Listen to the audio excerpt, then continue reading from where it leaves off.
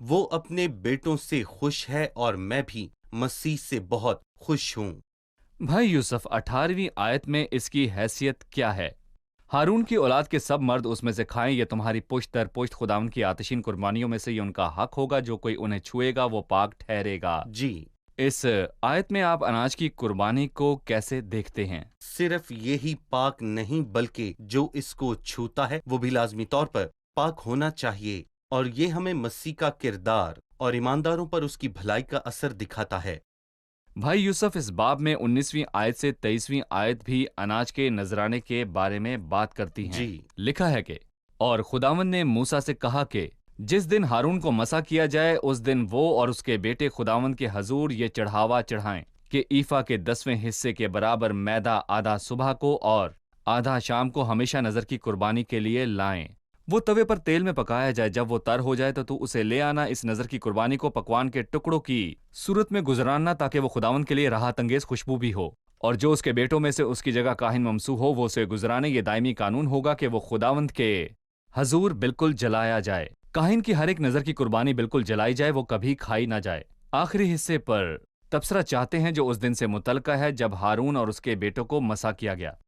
ہم دیکھتے ہیں کہ یہ قربانی اس سے فرق ہے جو ہم کو پہلے کہا گیا تھا۔ اس نے ہمیں بتایا کہ اس میں تیل ملا ہوا تھا۔ یہاں پر ہمیں ایک جملہ ملتا ہے اور وہ جملہ کہیں اور پر درج نہیں کیا گیا۔ لفظ ہے مخلوط، جس کا مطلب ہے سیر شدہ۔ یہ ہمیں مسیح کے بارے میں سوچ دیتا ہے جو روح القدس سے بھرا ہوا تھا، اور یوحنا کے 3 باب میں مسیح کے بارے میں بپتسمہ دینے والے کے الفاظ پڑھتے ہیں، اس لیے وہ روح ناپ کر نہیں دیتا۔ پس میں یہاں یہ کہنا چاہتا ہوں کہ مسیح ہر وقت روح القدس سے بھرا رہتا تھا، اور ہمیں بھی اسی حالت میں رہنا چاہیے۔ اور شراب میں متوالے نہ بنو، کیونکہ اس سے بد چلنی واقع ہوتی ہے، بلکہ روح سے معمور ہو جاؤ۔ لہٰذا ایک ایماندار کو روح سے معمور رہنا ہوگا، جبکہ مسیح ہمیشہ سے ہی ایسا تھا۔ اس وقت سے لے کر جب اسے روح القدس سے مسح کیا گیا، اس کی زندگی کے اختتام تک وہ روح القدس سے بھرا ہوا تھا۔ شکریہ بھائی، ہم یہاں پر ایک وقفہ لیں گے اور پھر دوبارہ حاضر ہوں گے۔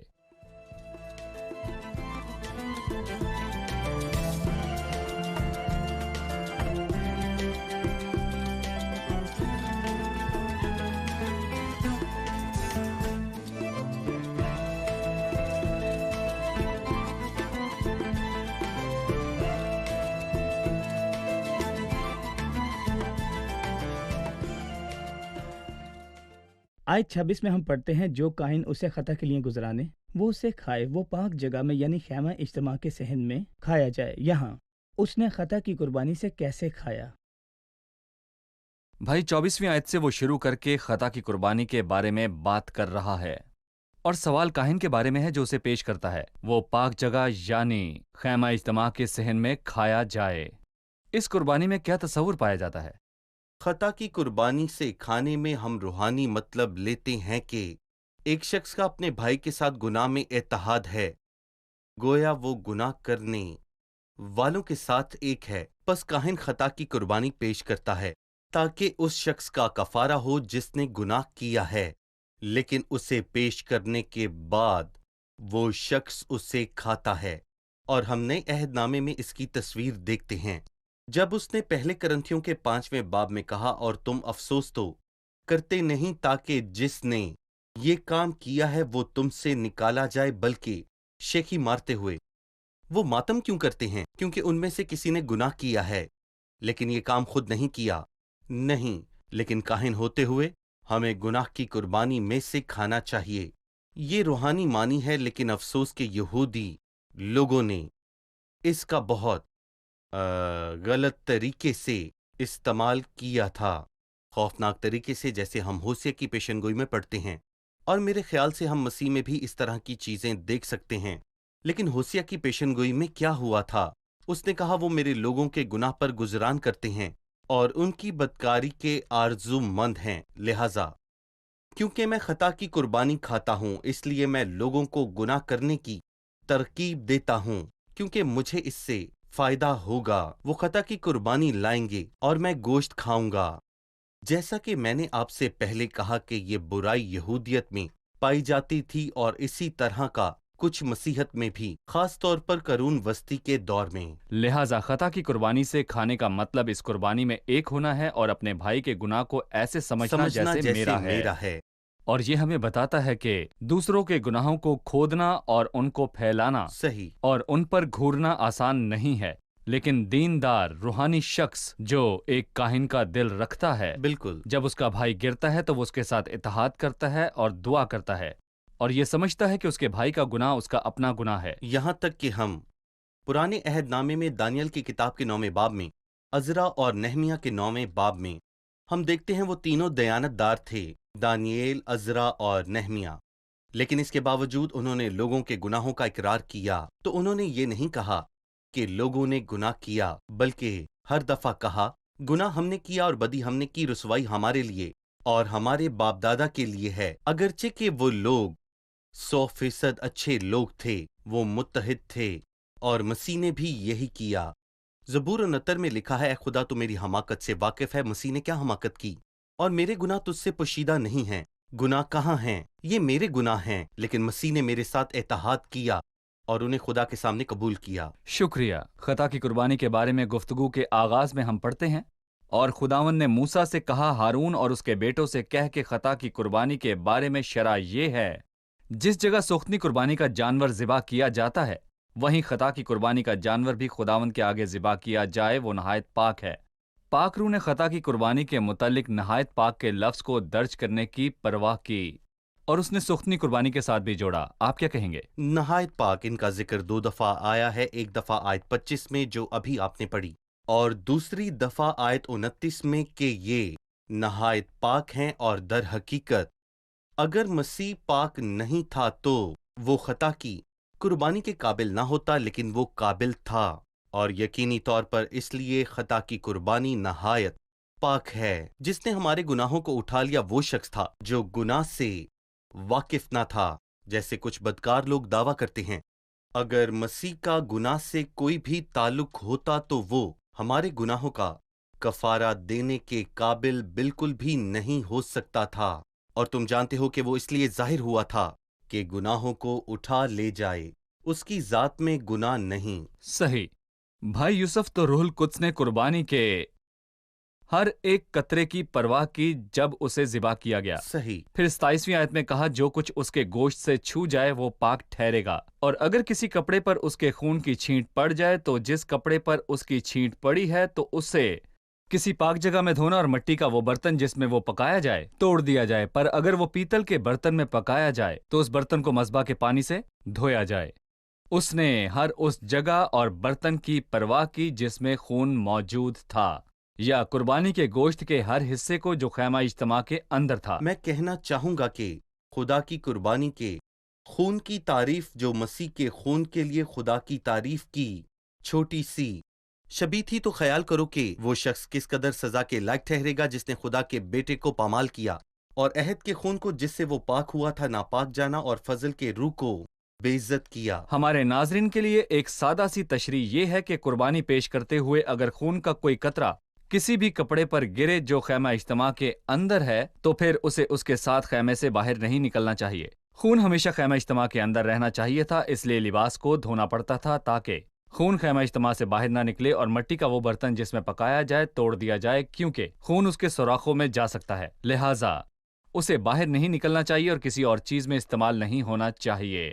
پیتل کے برتن کو مذبح کے پانی سے دھونا پڑتا تھا تاکہ اس پر خون کے اثر نہ رہے۔ اگر اس قربانی کے خون کی اتنی قدر ہے تو مسیح کے خون کی کتنی ہوگی؟ نیز میں اس پر بھی تبصرہ چاہتا ہوں، اور کاہنوں میں سے ہر مرد اسے کھائے، وہ نہایت پاک ہے۔ آپ نے پہلے لفظ مرد کا ذکر کیا تھا، جی، لیکن ہمیں یاد دلائیے کہ اس نے ایسا کیوں کہا کہ مرد خطا کی قربانی سے کھا سکتا ہے۔ کوئی ایماندار نہیں بلکہ تمام ایماندار کاہن ہیں، لیکن میں یہاں بتانا چاہوں گا کہ کاہن کے خاندان میں مرد اور عورتیں شامل ہوتی ہیں، اور تمام ایمانداروں کے پاس قوت اور روحانی طاقت موجود نہیں کہ دوسروں کے گناہ میں متحد ہو سکیں اور مسیح کی انسانیت کی قدر کو اور اس کی پاکیزگی کو جان سکیں، اور خاص توانائی کی ضرورت ہے، اس لیے کاہنوں میں سے ہر مرد اسے کھائے۔